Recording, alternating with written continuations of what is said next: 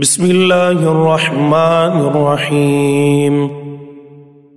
اللہ کے نام سے شروع جو نہایت مہربان رحمت والا ہے۔ الف لام را کتاب انزلناه الیک لتخرج الناس من الظلمات الى النور بِإِذْنِ رَبِّهِمْ إِلَى صِرَاطِ الْعَزِيزِ الْحَمِيدِ۔ ایک کتاب ہے کہ ہم نے تمہاری طرف اتاری کہ تم لوگوں کو اندھیریوں سے اجالے میں لاؤ ان کے رب کے حکم سے اس کی راہ کی طرف جو عزت والا سب خوبیوں والا ہے۔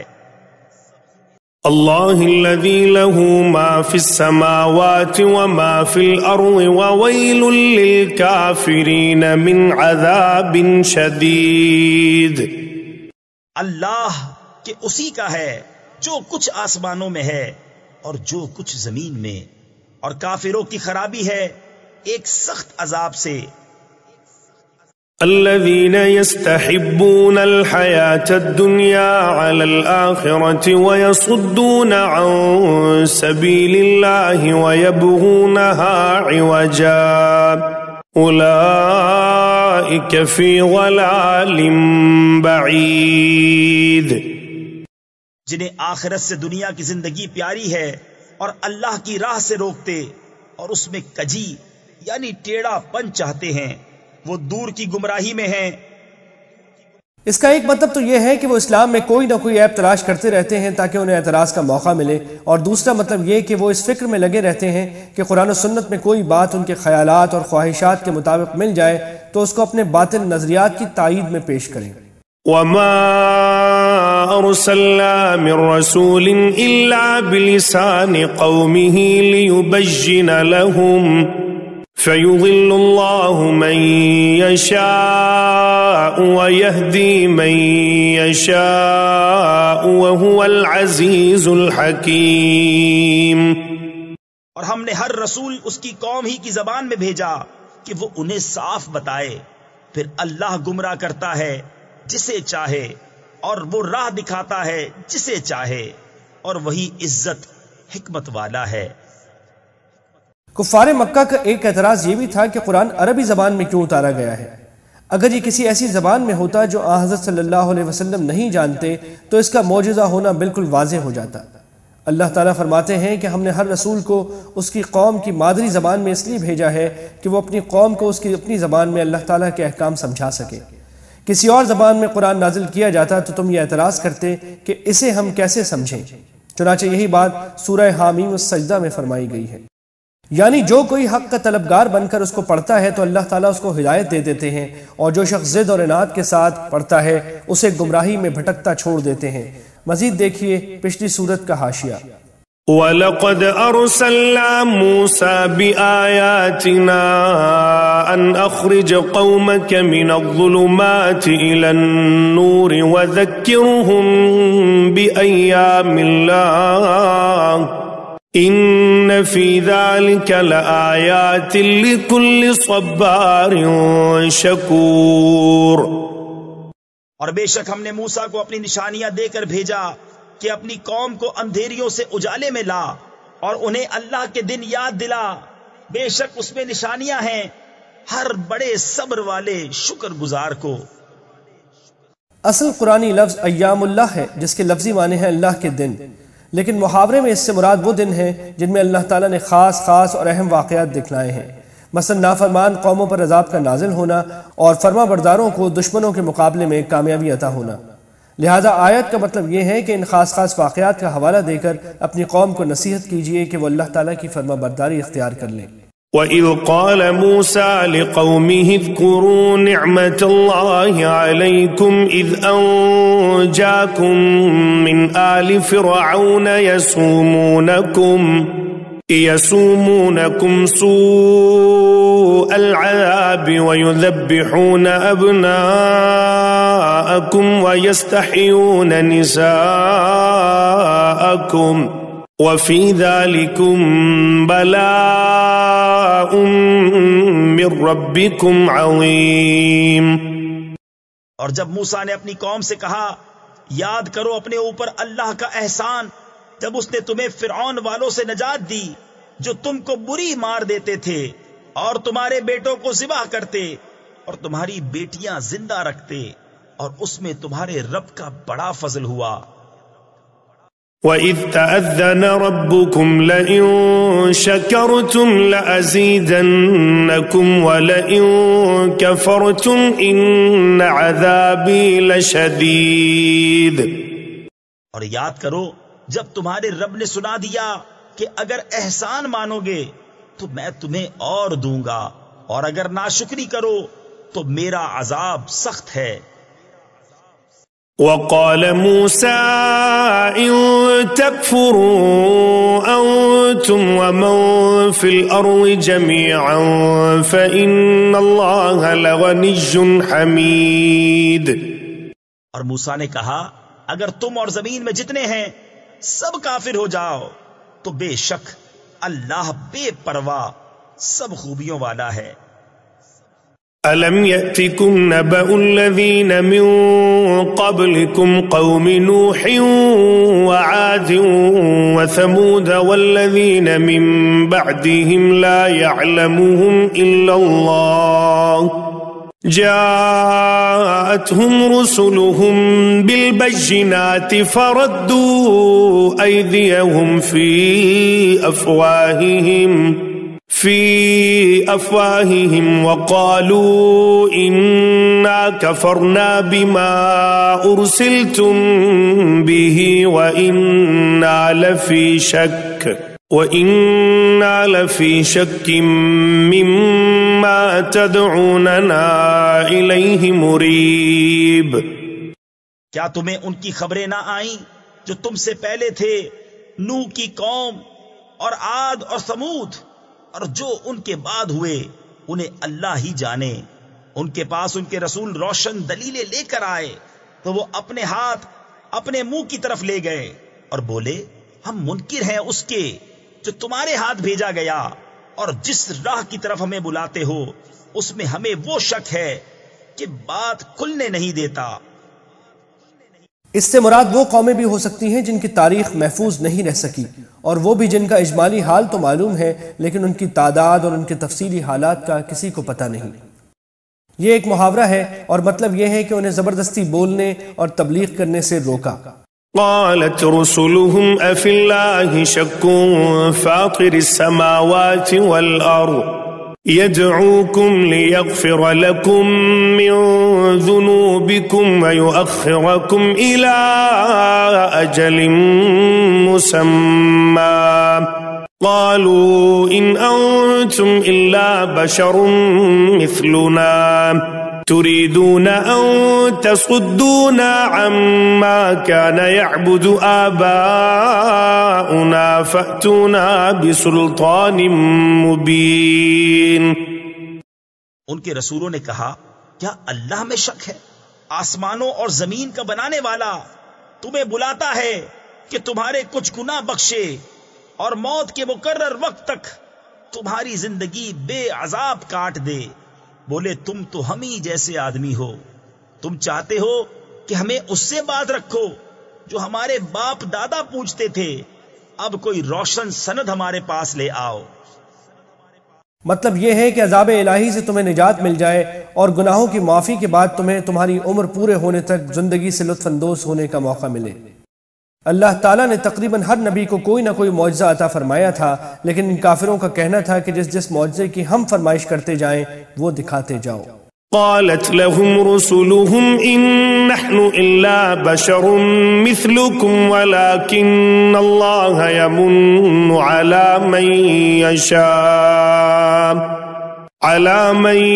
يشاء من عباده وما كان لنا أن نأتيكم بسلطان إلا بإذن الله وعلى الله فليتوكل المؤمنون۔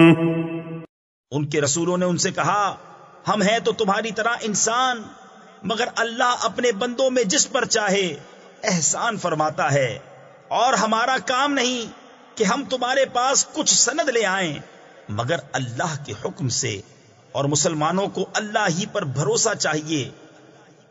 یعنی اگر تم اس بات کو نہیں مانتے اور ایمان لانے والوں کو تکلیف پہنچانے کے در پہ ہو تو مومن کو ان اوچھے ہتھ کنڈوں سے ڈرایا نہیں جا سکتا، کیونکہ اس کا بھروسہ صرف اللہ تعالیٰ پر ہوتا ہے۔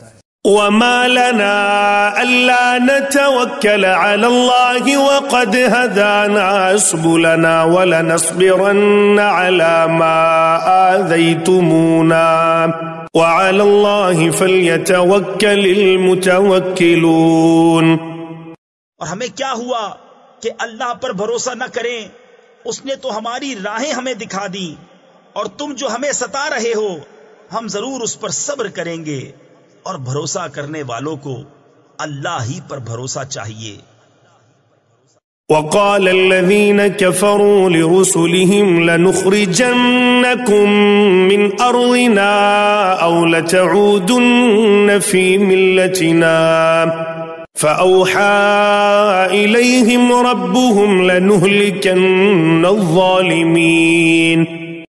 اور کافروں نے اپنے رسولوں سے کہا ہم ضرور تمہیں اپنی زمین سے نکال دیں گے یا تم ہمارے دین پر ہو جاؤ، تو انہیں ان کے رب نے وحی بھیجی کہ ہم ضرور ان ظالموں کو ہلاک کریں گے۔ وَلَنُسْكِنَنَّكُمُ الْأَرْضَ مِن بَعْدِهِمْ ذَلِكَ لِمَنْ خَافَ مَقَامِي وَخَافَ وَعِيدِ۔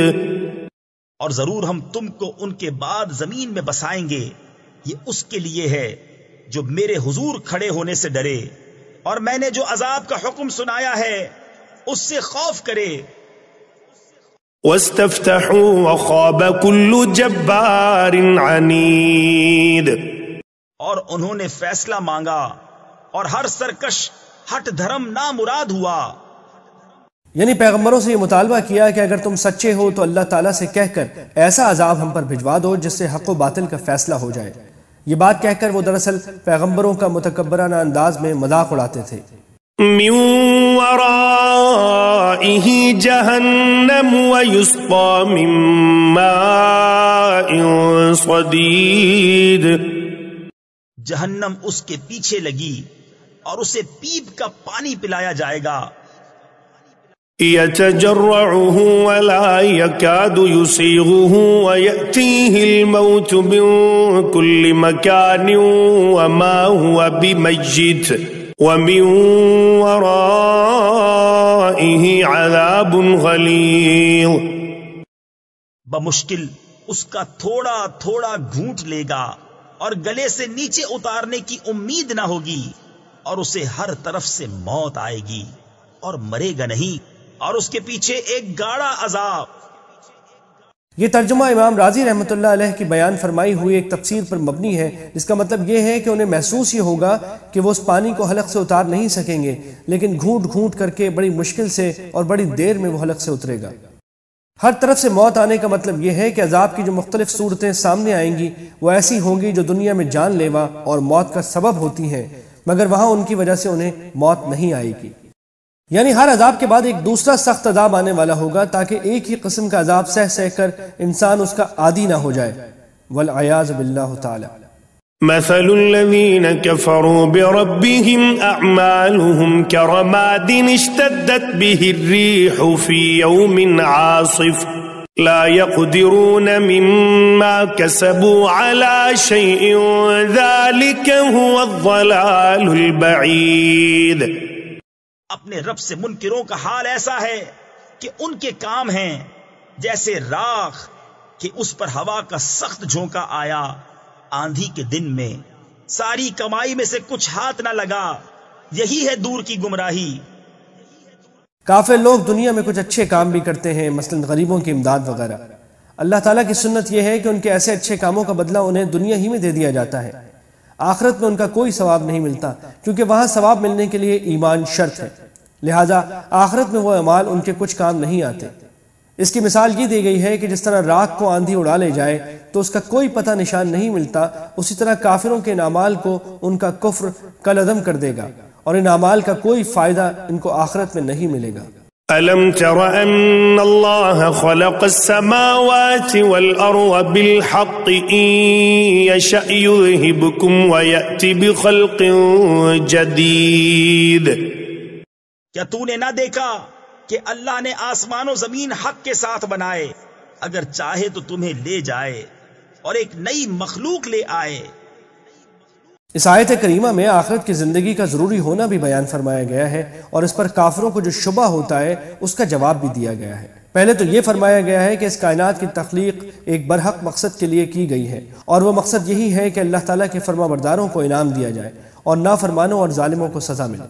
اگر آخرت کی زندگی نہ ہوتی تو نیک اور بد سب برابر ہو جاتے، لہذا انصاف کا تقاضا یہ ہے کہ اس دنیا کے بعد ایک دوسری زندگی ہو جس میں ہر انسان کو اس کے مناسب بدلہ دیا جا سکے۔ رہا کافروں کا یہ اعتراض کہ مر کر مٹی میں مل جانے کے بعد انسان کس طرح دوبارہ زندہ ہوں گے، تو اس کا جواب اگلے جملے میں یہ دیا گیا ہے کہ اللہ تعالیٰ کی قدرت میں تو یہ بھی ہے کہ تم سب کو فنا کر کے ایک نئی مخلوق پیدا کر دیں، اور ظاہر ہے کہ ایک مخلوق کو بالکل عدم سے وجود میں لانا زیادہ مشکل ہے، اور جو مخلوق ایک مرتبہ وجود میں آ چکی ہو اس پر موت طاری کر کے اسے زندہ کر دینا اس کے مقابلے میں زیادہ آسان ہے۔ جب اللہ تعالیٰ پہلے مشکل کام پر قادر ہے تو اس دوسرے کام کی تو یقیناً قدرت رکھتا ہے۔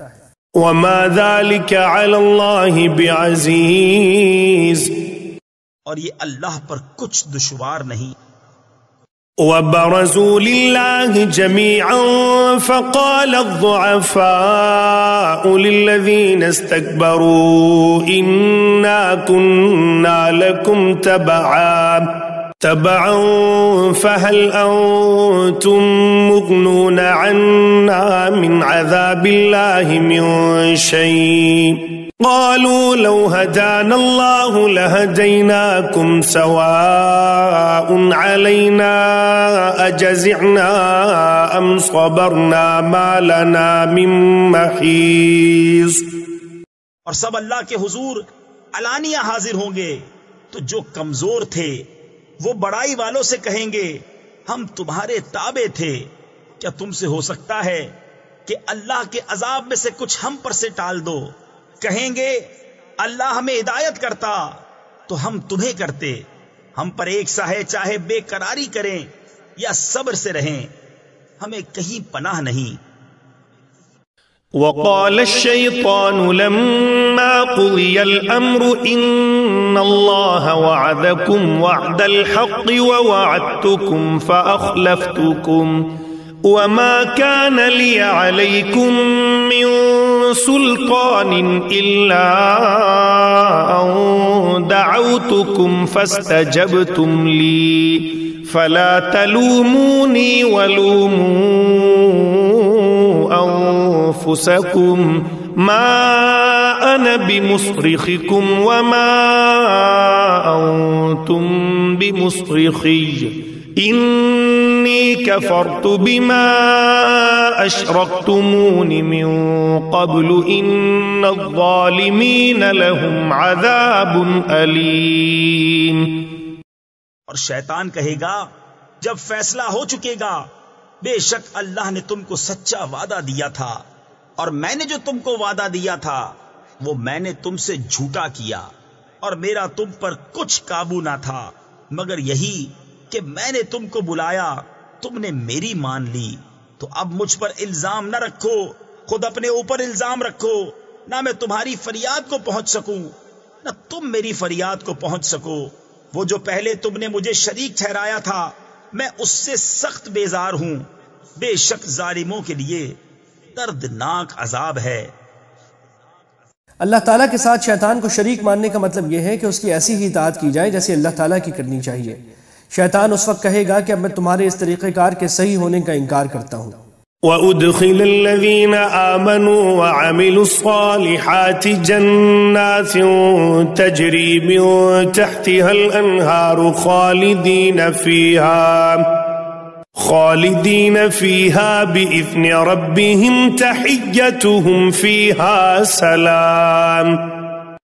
اور وہ جو ایمان لائے اور اچھے کام کیے وہ باغوں میں داخل کیے جائیں گے جن کے نیچے نہریں رواں، ہمیشہ ان میں رہیں اپنے رب کے حکم سے، اس میں ان کے ملتے وقت کا اکرام سلام ہے۔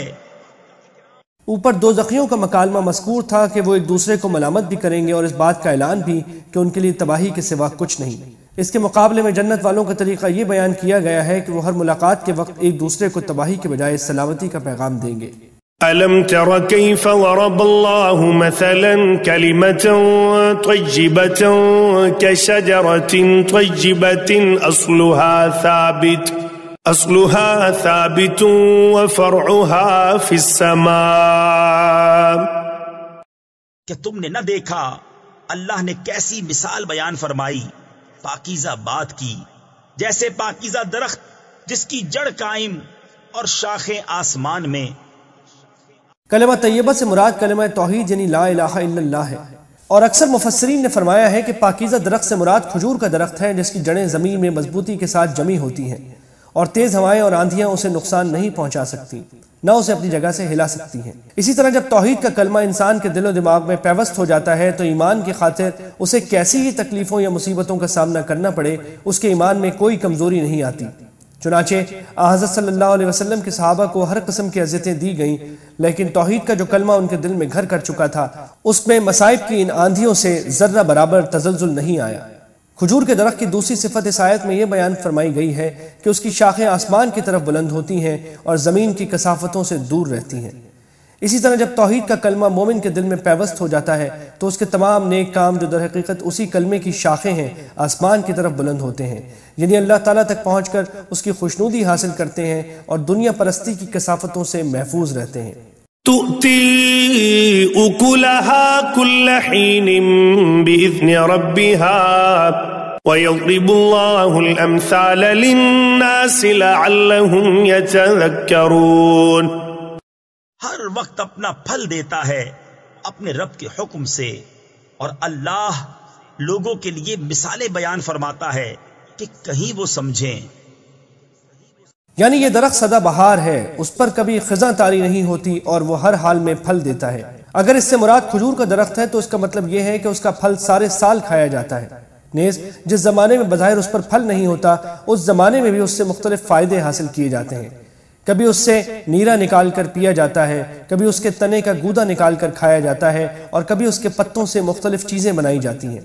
اسی طرح جب کوئی شخص توحید کے کلمے پر ایمان لے آتا ہے تو چاہے خوشحال ہو یا تنگ دست، عیش و آرام میں ہو یا تکلیفوں میں، ہر حال میں اس کے ایمان کی بدولت اس کے اعمال نامے میں نیکیاں بڑھتی جاتی ہیں اور اس کے نتیجے میں اس کے ثواب میں بھی اضافہ ہوتا رہتا ہے، جو در حقیقت توحید کے کلمے کا پھل ہے.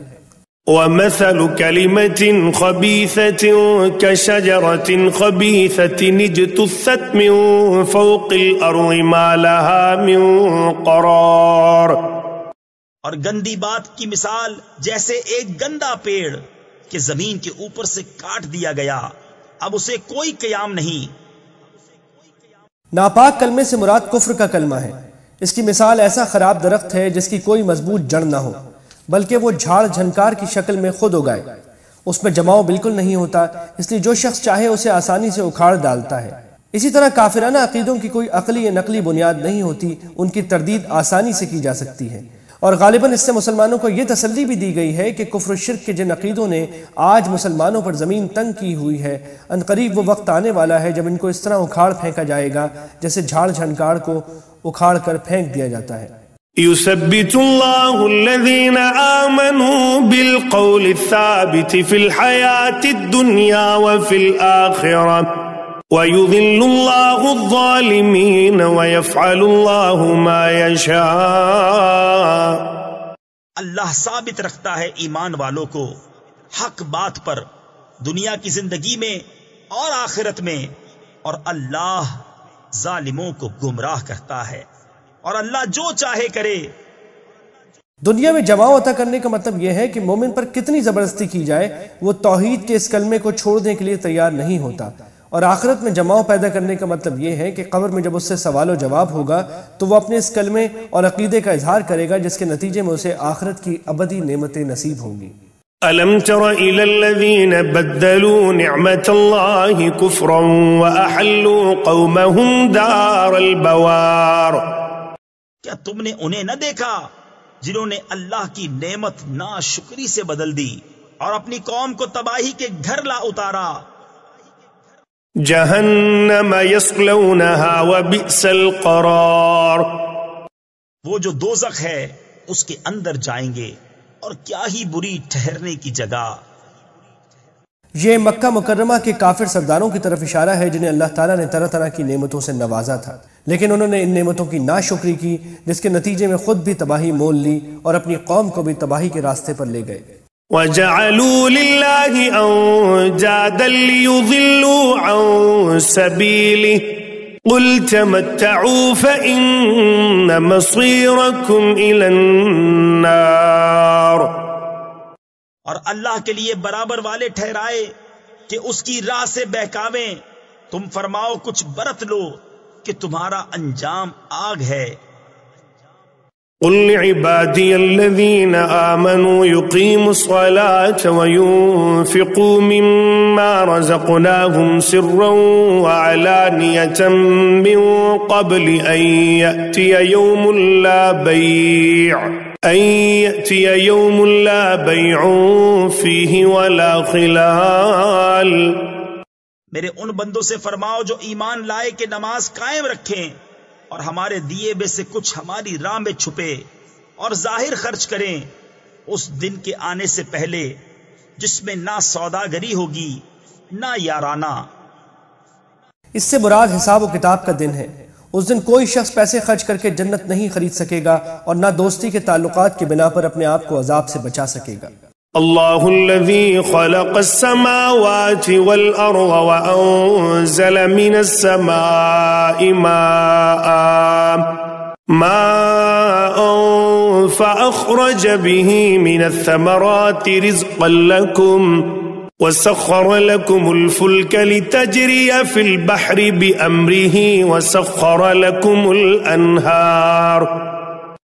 اللہ ہے جس نے آسمان اور زمین بنائے اور آسمان سے پانی اتارا تو اس سے کچھ پھل تمہارے کھانے کو پیدا کیے اور تمہارے لیے کشتی کو مسخر کیا کہ اس کے حکم سے دریا میں چلے اور تمہارے لیے ندیاں مسخر کی۔ وَسَخَّرَ لَكُمُ الشَّمْسَ وَالْقَمَرَ دَائِبَيْنِ وَسَخَّرَ لَكُمُ اللَّيْلَ وَالنَّهَارَ۔ اور تمہارے لیے سورج اور چاند مسخر کیے جو برابر چل رہے ہیں اور تمہارے لیے رات اور دن مسخر کیے۔ وَآتَاكُم مِّن كُلِّ مَا سَأَلْتُمُوهُ وَإِن تَعُدُّوا نِعْمَةَ اللَّهِ لَا تُحْصُوهَا إِنَّ الْإِنسَانَ لَظَلُومٌ كَفَّارٌ۔ اور تمہیں بہت کچھ منہ مانگا دیا، اور اگر اللہ کی نعمتیں گنو تو شمار نہ کر سکو گے۔ بے شک آدمی بڑا ظالم، بڑا ناشکرا ہے۔ وَإِذْ قَالَ إِبْرَاهِيمُ رَبِّ اجْعَلْ هَذَا الْبَلَدَ آمِنًا وَاجْنُبْنِي وَبَنِيَّ أَن نَّعْبُدَ الْأَصْنَامَ۔ اور یاد کرو جب ابراہیم نے عرض کی، اے میرے رب اس شہر کو امان والا کر دے اور مجھے اور میرے بیٹوں کو بتوں کے پوجنے سے بچا۔ اس سے مراد مکہ مکرمہ کا شہر ہے جہاں حضرت ابراہیم علیہ السلام نے اپنی اہلیہ حضرت ہاجرہ اور اپنے صاحبزادے حضرت اسماعیل علیہ السلام کو اللہ تعالیٰ کے حکم سے چھوڑا تھا۔ اس وقت یہاں کوئی آبادی نہیں تھی، نہ بظاہر زندہ رہنے کا کوئی سامان، لیکن اللہ تعالیٰ نے یہاں پہلے زمزم کا کنواں جاری فرمایا، جسے دیکھ کر قبیلہ جرہم کے لوگ یہاں آ کر حضرت ہاجرہ کی اجازت سے آباد ہوئے اور پھر رفتہ رفتہ یہ ایک شہر بن گیا۔ مکہ مکرمہ کے مشرکین حضرت ابراہیم علیہ السلام کو اپنا بڑا مانتے تھے، اس لیے ان آیات میں اللہ تعالیٰ ان کی دعا نقل فرما کر انہیں متنبع فرما رہے ہیں کہ وہ تو بت پرستی سے اتنے بیزار تھے کہ انہوں نے اپنی اولاد کو اس سے محفوظ رہنے کی دعا مانگی تھی، پھر تم لوگوں نے کہاں سے بت پرستی شروع کر دی؟ رب انہن اضللن کثیرا من الناس فمن تبعنی فانہ منی ومن عصانی فانک غفور رحیم۔ اے میرے رب بے شک بتوں نے بہت لوگ بہکا دیے، تو جس نے میرا ساتھ دیا وہ تو میرا ہے، اور جس نے میرا کہا نہ مانا تو بے شک تو بخشنے والا مہربان ہے۔ مطلب یہ ہے کہ میں اپنی اولاد اور دوسرے لوگوں کو بت پرستی سے بچنے کی تاکید کرتا رہوں گا. پھر جو لوگ میری ان ہدایت پر عمل کریں گے وہ تو مجھ سے تعلق رکھنے کا دعویٰ کر سکیں گے، لیکن جو میری بات نہیں مانیں گے ان کے لیے میں بد دعا نہیں کرتا بلکہ ان کا معاملہ آپ پر چھوڑتا ہوں. آپ غفور رحیم ہیں، اس لیے ان کی مغفرت کا یہ راستہ بھی نکال سکتے ہیں کہ ان کو ہدایت عطا فرما دیں. ربنا إني أسكنت من ذريتي بواد غير ذي ذرع عند بيتك المحرم ربنا ليقيموا الصلاة فاجعل أفئدة من الناس تهوي إليهم وارزقهم من الثمرات لعلهم يشكرون. اے میرے رب، میں نے اپنی کچھ اولاد ایک نالے میں بسائی جس میں کھیتی نہیں ہوتی، تیرے حرمت والے گھر کے پاس، اے ہمارے رب، اس لیے کہ وہ نماز قائم رکھیں تو تو لوگوں کے کچھ دل ان کی طرف مائل کر دے اور انہیں کچھ پھل کھانے کو دے، شاید وہ احسان مانے. حضرت ابراہیم علیہ السلام کی دعا ایسی قبول ہوئی کہ دنیا بھر کے مسلمانوں کے دل مکہ مکرمہ کی طرف کھینچے چلے جاتے ہیں. موسم حج میں تو یہ نظارہ ہر شخص دیکھ سکتا ہے کہ کہاں کہاں سے لوگ مشقتیں اٹھا کر اس خشک اور بے آب و گیاہ علاقے میں پہنچتے ہیں. موسم حج کے علاوہ بھی لوگ بار بار عمرے اور دوسری عبادتوں کے لیے وہاں پہنچتے ہیں، اور جو ایک مرتبہ وہاں چلا جاتا ہے اسے بار بار حاضری کا شوق لگا رہتا ہے. اور پھلوں کی افراد کا یہ عالم ہے کہ دنیا بھر کے پھل بڑی تعداد میں وہاں پہنچتے ہیں، حالانکہ وہاں کی زمین میں اپنا کوئی پھل پیدا نہیں ہوتا. ربنا انك تعلم ما نخفي وما نعلن وما يخفى على الله من شيء في الأرض ولا في السماء. اے ہمارے رب، تو جانتا ہے جو ہم چھپاتے ہیں اور جو ظاہر کرتے، اور اللہ پر کچھ چھپا نہیں، زمین میں نہ آسمان میں. الحمد لله الذي وهب لي على الكبر إسماعيل وإسحاق إن ربي لسميع الدعاء. سب خوبیاں اللہ کو جس نے مجھے بڑھاپے میں اسماعیل و اسحاق دیے، بے شک میرا رب دعا سننے والا ہے. رب اجعلني مقيم الصلاة ومن ذريتي ربنا وتقبل دعاء. اے میرے رب، مجھے نماز کا قائم کرنے والا رکھ اور کچھ میری اولاد کو، اے ہمارے رب، اور میری دعا سن لے. ربنا اغفر لي ولوالدي وللمؤمنين يوم يقوم الحساب. اے ہمارے رب، مجھے بخش دے اور میرے ماں باپ کو اور سب مسلمانوں کو جس دن حساب قائم ہوگا. یہاں یہ شبہ ہو سکتا ہے کہ حضرت ابراہیم علیہ السلام کا باپ آزر تو کافر تھا، اس کے لیے آپ نے مغفرت کی دعا کیسے فرمائی؟ جواب یہ ہے کہ جس وقت یہ دعا فرمائی ہو سکتا ہے کہ اس کے کفر کی حالت میں مرنے کی آپ کو خبر نہ ہوئی ہو، لہٰذا دعا کا مطلب یہ ہوا کہ اس کو ایمان کی توفیق مل جائے جو اس کے لیے مغفرت کا سبب ہو. اور یہ بھی ممکن ہے کہ اس وقت تک آپ کو مشرک باپ کے لیے دعا کرنے سے منع نہ فرمایا گیا ہو. ولا تحسبن الله غافلا عما يعمل الظالمون انما يؤخرهم ليوم تشخص فيه الابصار. اور ہرگز اللہ کو بے خبر نہ جاننا ظالموں کے کام سے، انہیں ڈھیل نہیں دے رہا ہے مگر ایسے دن کے لیے جس میں آنکھیں کھلی کی کھلی رہ جائیں گی. پیچھے یہ فرمایا گیا تھا کہ ان ظالموں نے اللہ کی نعمتوں کی ناشکری کر کے اپنی قوم کو تباہی کے کنارے لا کھڑا کیا ہے. اس پر کسی کے دل میں خیال ہو سکتا تھا کہ دنیا میں تو یہ لوگ ترقی کرتے نظر آتے ہیں. اس خیال کا جواب ان آیتوں میں دیا گیا ہے کہ اللہ تعالیٰ نے انہیں ڈھیل دے رکھی ہے اور بالآخر یہ ایک ہولناک عذاب میں پکڑے جائیں گے.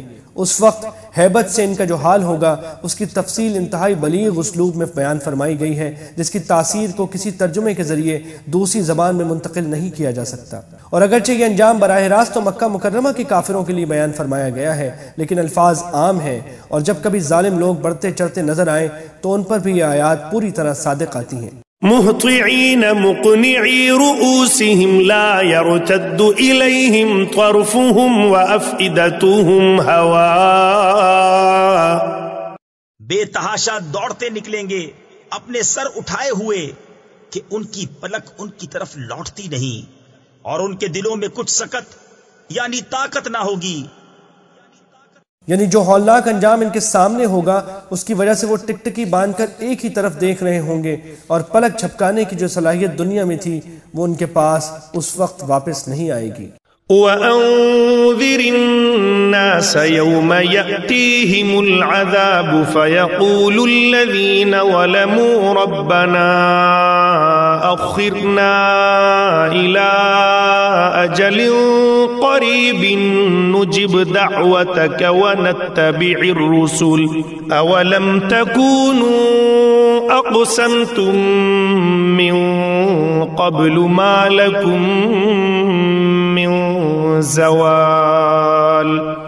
اور لوگوں کو اس دن سے ڈراؤ جب ان پر عذاب آئے گا تو ظالم کہیں گے اے ہمارے رب تھوڑی دیر ہمیں مہلت دے کہ ہم تیرا بلانا مانیں اور رسولوں کی غلامی کریں. تو کیا تم پہلے قسم نہ کھا چکے تھے کہ ہمیں دنیا سے کہیں ہٹ کر جانا نہیں؟ وَسَكَنْتُمْ فِي مَسَاكِنِ الَّذِينَ ظَلَمُوا أَنفُسَهُمْ وَتَبَيَّنَ لَكُمْ كَيْفَ فَعَلْنَا بِهِمْ وَضَرَبْنَا لَكُمُ الْأَمْثَالَ. اور تم ان کے گھروں میں بسے جنہوں نے اپنا برا کیا تھا، اور تم پر خوب کھل گیا ہم نے ان کے ساتھ کیسا کیا، اور ہم نے تمہیں مثالیں دے دے کر بتایا. وَقَدْ مَكَرُوا مَكْرَهُمْ وَعِندَ اللَّهِ مَكْرُهُمْ وَإِن كَانَ مَكْرُهُمْ لِتَزُولَ مِنْهُ الْجِبَالُ. اور بے شک وہ اپنا سا داؤں یعنی فریب چلے، اور ان کا داؤں اللہ کے قابو میں ہے، اور ان کا داؤں کچھ ایسا نہ تھا کہ جس سے یہ پہاڑ ٹل جائیں. فلا تحسبن الله مخلف وعده رسله إن الله عزيز ذو انتقام. تو ہرگز خیال نہ کرنا کہ اللہ اپنے رسولوں سے وعدہ خلاف کرے گا، بے شک اللہ غالب ہے، بدلہ لینے والا. يوم تبدل الأرض غير الأرض والسماوات وبرزوا لله الواحد القهار. جس دن بدل دی جائے گی زمین اس زمین کے سوا اور آسمان، اور لوگ سب نکل کھڑے ہوں گے ایک اللہ کے سامنے جو سب پر غالب ہے. وترى المجرمين يومئذ مقرنين في الأصفاد. اور اس دن تم مجرموں کو دیکھو گے کہ بیڑیوں میں ایک دوسرے سے جڑے ہوں گے. سرابيلهم من قطران وتغشى وجوههم النار. ان کے کرتے رال کے ہوں گے اور ان کے چہرے آگ ڈھانپ لے گی. ليجزي الله كل نفس ما كسبت إن الله سريع الحساب. اس لیے کہ اللہ ہر جان کو اس کی کمائی کا بدلہ دے، بے شک اللہ کو حساب کرتے کچھ دیر نہیں لگتی. هذا بلاغ للناس ولينذروا به وليعلموا أنما هو إله واحد وليذكر أولو الألباب. یہ لوگوں کو حکم پہنچانا ہے، اور اس لیے کہ وہ اس سے ڈرائے جائیں، اور اس لیے کہ وہ جان لیں کہ وہ ایک ہی معبود ہے، اور اس لیے کہ عقل والے نصیحت مانیں.